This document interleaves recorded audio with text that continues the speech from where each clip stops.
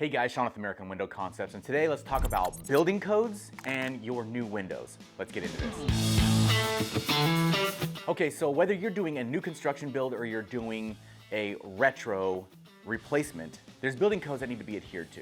Now, most times, whenever you have a contractor building up a house, they're gonna be adhering to every code because you wouldn't get it passed through the county or the city hall without proper codes being adhered to. So let's not really talk too much about that. Let's talk more about your existing house and codes that probably weren't in place in the 50s and 60s, but are now. Let's talk mainly about bedrooms now.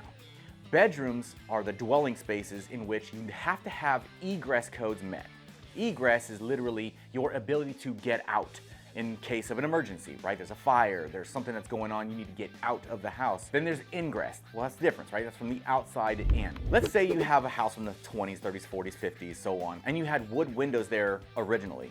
Usually, you got 36 inches by 48 inches. Back then, they were wood single hung windows. Now, if you replace that with another single hung, that's not gonna give you 5.7 square feet of an area to let you get out. We wanna make sure there's enough area, which is gonna be 20 inches minimum on the width, 24 inches on the height, but that's the minimum. You need more than that. In these areas where you have these 36 by 48 windows, you're going to need a casement crank out style of window to give you that egress of 5.7. It'll be more, it'll end up being like 7 square feet, but in order to get that egress met, you have to have a large enough opening. And in those situations, you need to do a casement. Let's talk about sliding windows. Like, we have some areas where they have 48, inch wide and they're skinny little frames, but then you put in this vinyl window inside of that existing frame. Now it cuts it down and that nets you a little less on your opening.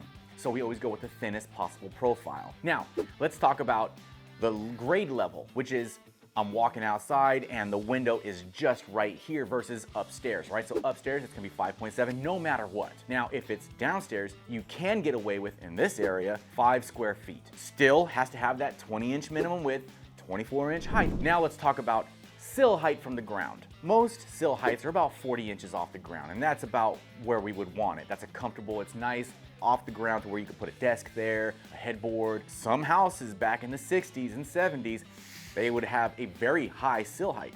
Again, they didn't have these codes for egress. What happens whenever we come into a situation like that? We have to cut that down. For me, it's more of I can't sleep at night. If we were to put in new windows up there was an emergency and somebody suffocated because they couldn't get out of that window.